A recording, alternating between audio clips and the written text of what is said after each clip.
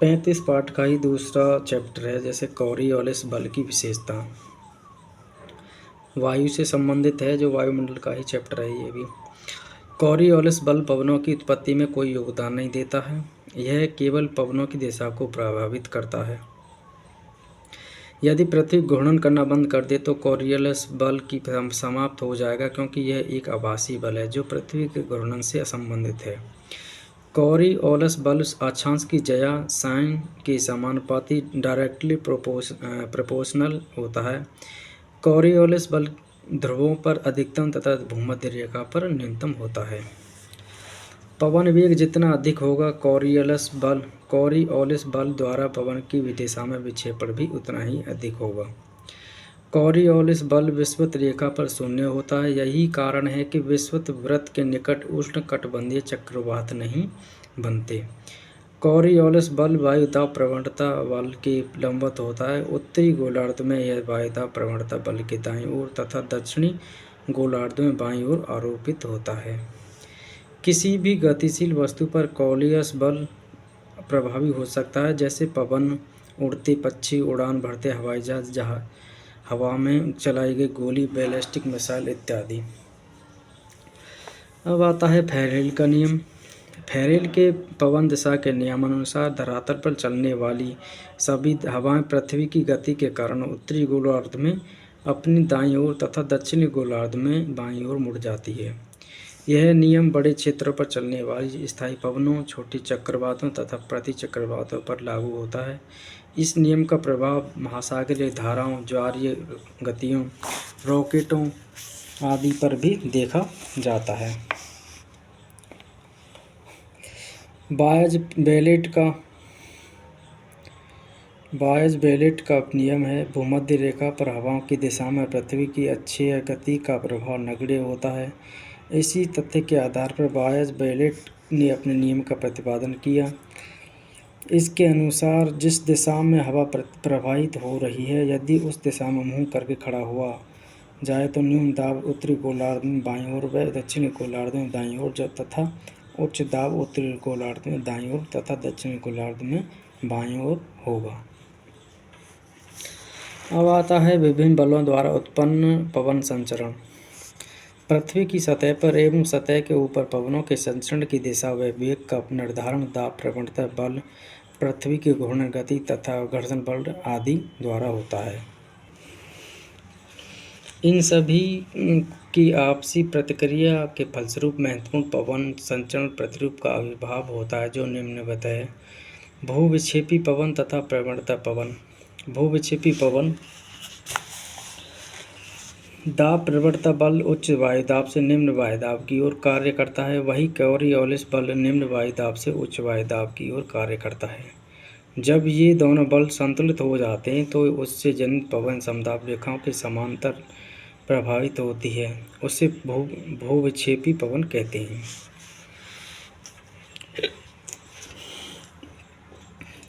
ये पवनें स्थलीय या जलीय सतह के ऊपर निचले वायुमंडल में लगभग 500 से 1000 मीटर की ऊंचाई पर समताप रेखाओं के समांतर परंतु दाब प्रवणता के समकोण पर प्रभावित होती है। भूविक्षेपी पवनें धरातलीय उच्चावच या तापीय दशा, सागर तल से ऊंचाई के कारण अत्यधिक प्रभावित होती है। प्रवणता पवन, ग्रेडियंट विंड, ये पवनें वास्तव में भूविक्षेपी पवन के ही रूपांतरित रूप हैं। ये समताप रेखाओं के समांतर वृत्ताकार या वृत्ताकार मार्ग के सहारे प्रभावित होती है। प्रवणता पवनें दाब प्रवणता बल, कॉरियोलिस बल तथा केंद्र प्रसारित एवं केंद्राभिमुखी बलों के परिणाम हैं। पवन की दिशा एवं वेग, जहाँ से हवा प्रारंभ होकर क्षैतिज दाब प्रवणता की दिशा में चलती है, वही दिशा पवन प्रवाह की दिशा होती है। यदि हवा उत्तर से दक्षिण दिशा में चलती है तो हवा की दिशा उत्तर होगी तथा उस हवा को उत्तरी हवा कहते हैं। जिस दिशा से हवा का आगमन होता है उस दिशा को अपपवन दिशा, अपवाइंड डायरेक्शन, तथा जिस दिशा की ओर हवा चल रही है उस दिशा को अपवन दिशा, डाउनविंड डायरेक्शन कहते हैं। पवन दिशा के सामने पड़ने वाले पहाड़ी ढाल, धरातलीय ढाल को पवनामुखी ढाल, विंड विंड वार्ड स्लोप तथा दूसरी तरफ वाले ढाल जिस तरफ हवा उतरती है तो पवनाभिमुखी ढाल लीवार्ड स्लोप कहते हैं।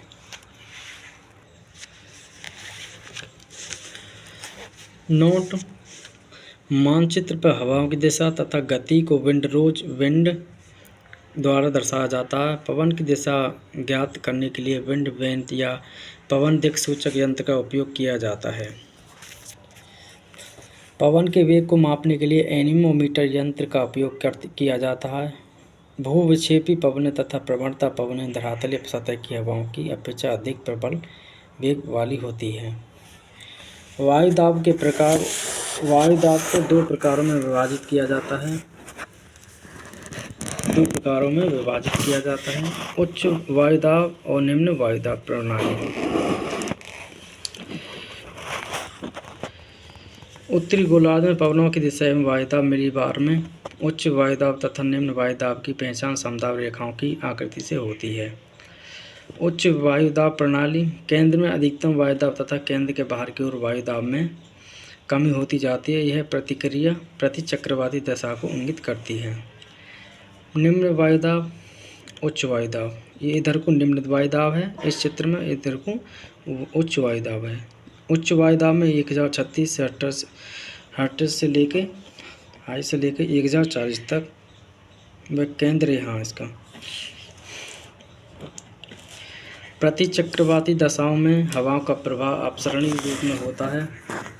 उच्च वायुदाब प्रणाली में उत्तरी गोलार्ध में हवाएं घड़ी की सुई की दिशा के अनुकूल तथा दक्षिणी गोलार्ध में प्रतिकूल दिशा में प्रवाहित होता है।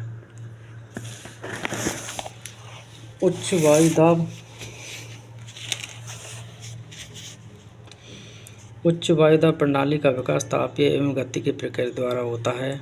निम्न वायुदाब प्रणाली को चक्रवात या अवदाब भी कहते हैं। इसके केंद्र में न्यून वायुदाब तथा परिधि की ओर उच्च वायुदाब पाया जाता है। इसके परिणाम स्वरूप हवा उच्च वायुदाब से निम्न वायुदाब की ओर प्रवाहित होती हैं।